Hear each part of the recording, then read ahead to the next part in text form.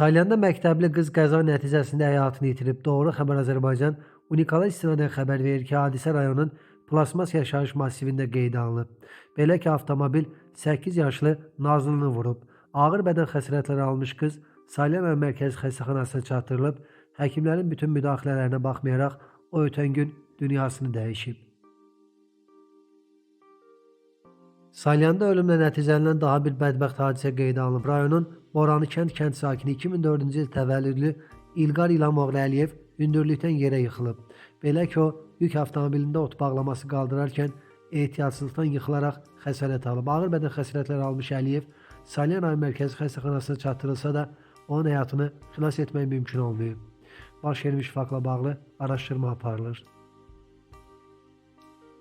Abşeron rayonunda isə yeniyetmə çoxmərtəbəli binadan yıxılaraq ölüb. Doğru Xəbər Azərbaycan Oxaza istinadən xəbər verir ki, hadisə Xırdalan şəhərində yerləşən 17 mərtəbəli binada baş verib. İlkin məlumata görə 12-13 yaşlarında olan şəxs təxminən saat 13 radələrində binadakı mənzillərdən birinin balkonundan yıxılıb. Nəticədə o hadisə yerində həyatını itirib.